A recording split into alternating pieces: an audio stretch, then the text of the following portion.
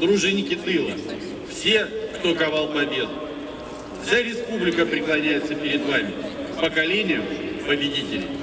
Мы всегда будем благодарны вам за ваше мужество и стойкость, за то, что вы подарили нам возможность жить, работать и растить детей в мирное время.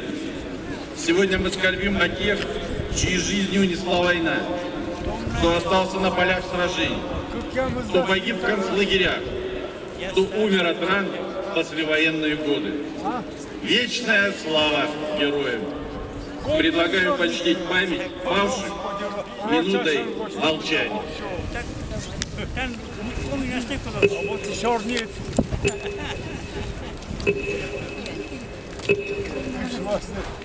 Колко шатните прочим нам. Ебать машину не аддишите же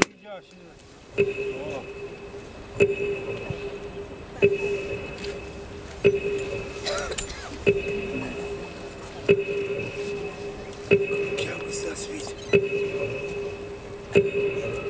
86, значит, да?